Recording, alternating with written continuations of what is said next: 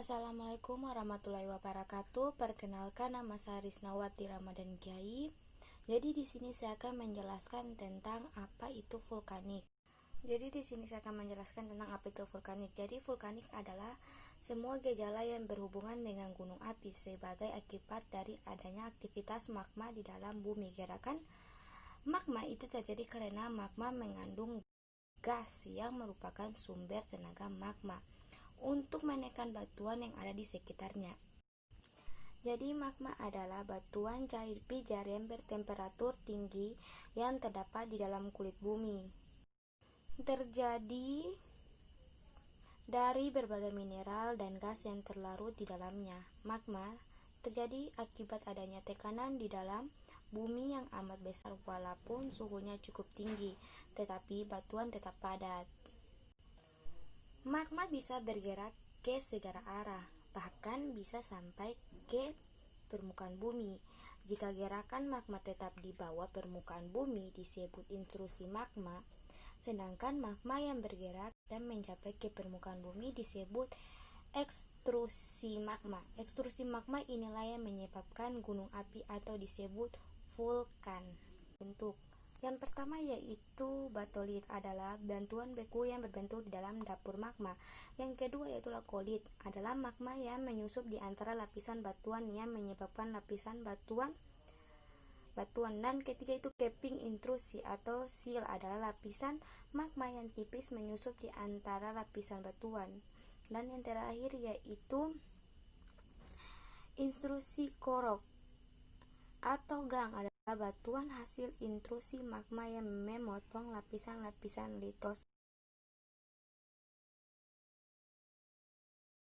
Kepada saya, perkenalkan, nama saya Ardin. Saya di sini akan melanjutkan pemaparan materi kelompok kami yang sebelumnya telah dijelaskan oleh rekan saya yang bernama Risnawati Ramadan Kiai. Langsung saja, jika aktivitas magma mencapai ke permukaan bumi, maka gerakan ini dinamakan ekstruksi magma. Ekstruksi magma sendiri adalah proses keluarnya magma ke permukaan bumi, dan ini menyebabkan terjadinya gunung api. Ekstruksi magma tidak hanya terjadi di daratan, tetapi juga bisa terjadi di lautan. Oleh karena itu, gunung berapi bisa terjadi di dasar lautan. Secara umum, ekstruksi magma dibagi dalam 3 macam, yaitu 1. Ekstruksi linear, 2. Ekstruksi areal, dan 3. Ekstruksi sentral. Berdasarkan sifat erupsi dan bahan yang dikeluarkannya, ada 3 macam gunung berapi sentral. 1. Gunung api perisai. Gunung api ini terjadi karena magma keluar sangat encer. Magma yang encer ini akan mengalir ke segala arah sehingga membentuk lereng yang sangat landai. 2. Gunung api mar. Gunung api ini terjadi akibat adanya letusan eksplosif. Bahan yang dikeluarkan relatif sedikit karena sumber magmanya sangat dangkal dan sempit. Gunung api ini biasanya tidak tinggi dan terdiri dari timbunan bahan padat. 3. Bahan api strato. Gunung api ini terjadi akibat erupsi campuran atau eksplosif dan efusif yang bergantian secara terus-menerus. Hal ini menyebabkan lerengnya berlapis-lapis dan terdiri dari bermacam-macam batuan. Itulah pemaparan singkat dari saya. Lebih dan kurangnya mohon dimaafkan. Wabillahi taufiq wal hidayah. Wassalamualaikum warahmatullahi wabarakatuh.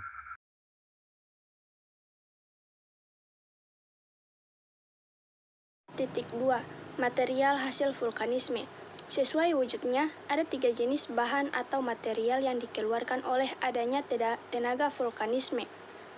Tenaga tersebut adalah material berupa padat, cair, dan gas. Yang pertama, benda padat. Benda padat atau efusif adalah debu, pasir, laoli atau batu kerikil, batu-batuan besar atau bom, dan batu apung. Yang kedua, benda cair efusif adalah bahan cair yang dikeluarkan oleh tenaga vulkanisme, yaitu lava, lahar panas, dan lahar dingin.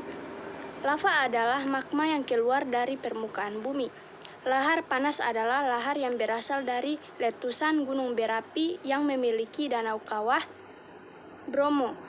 Lahar dingin adalah lahar yang berasal dari bahan letusan yang sudah mengendap kemudian mengalir deras menuruni lereng gunung.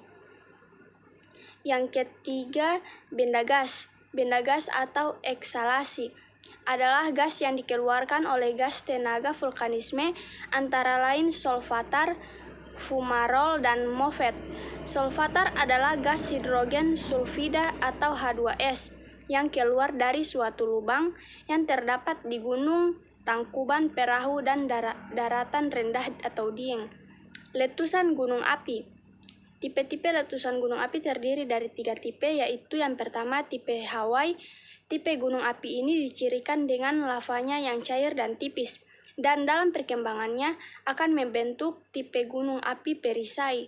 Tipe ini banyak ditemukan pada gunung api perisai di Hawaii seperti Kilauea dan Mauna Loa. Contoh letusan tipe Hawaii di Indonesia adalah pembentukan plato lava di kawasan Dieng, Jawa Tengah. 2. Tipe Stromboli. Tipe ini sangat khas untuk Gunung Stromboli dan beberapa gunung api lainnya yang sedang meningkat kegiatannya. Magmanya sangat cair, ke arah permukaan sering dijumpai letusan pendek yang disertai ledakan. Bahan yang dikeluarkan berupa abu, bom, lapili, dan setengah padatan bonglah lava. Contoh letusan tipe Stromboli di Indonesia adalah Gunung Raung di Jawa. Sifat semburan Gunung Raung menyemburkan lava tipe baraltik. Namun terdapat erupsi pendek yang bersifat eksplosif, menyemburkan batuan-batuan piroklastik tipe bom dan lapili. Tipe yang ketiga yaitu tipe volcano. Tipe ini mempunyai ciri khas yaitu pembentukan awan debu berbentuk bunga kol, karena gas yang ditembakkan ke atas meluas hingga jauh di atas kawah. Tipe ini mempunyai tekanan gas sedang dan lavanya kurang begitu cair. Di samping mengeluarkan awan debu, tipe ini juga menghasilkan lava.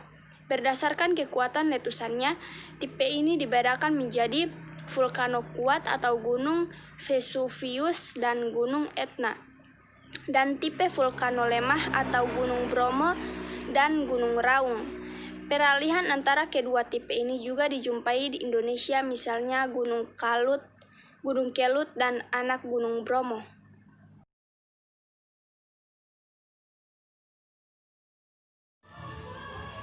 Assalamualaikum warahmatullahi wabarakatuh. Perkenalkan, nama saya Alfiona Rahman.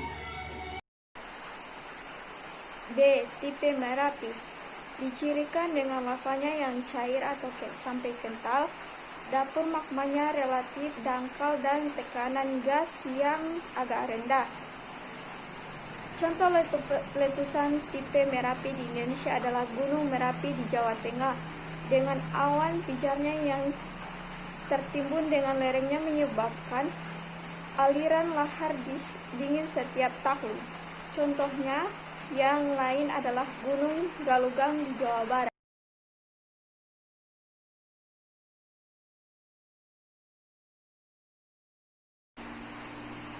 Tipe Perret atau tipe Plinian.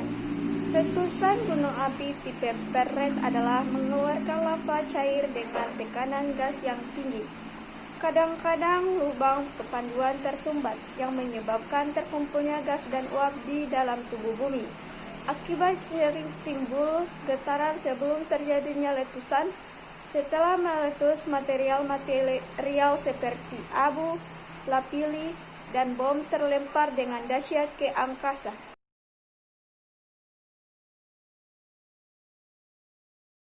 Assalamualaikum warahmatullahi wabarakatuh. Perkenalkan, nama saya Febrianti Habibu, Prodi Pendidikan Geografi kelas A. Baik, pada video kali ini saya akan menyimpulkan serta memberi saran pada materi geologi. Kesimpulannya yaitu vulkanisme adalah semua gejala yang berhubungan dengan gunung berapi sebagai akibat dari adanya aktivitas magma di dalam bumi. Gerakan magma itu terjadi karena magma mengandung gas yang merupakan sumber tenaga magma untuk menekankan batuan yang ada di sekitarnya.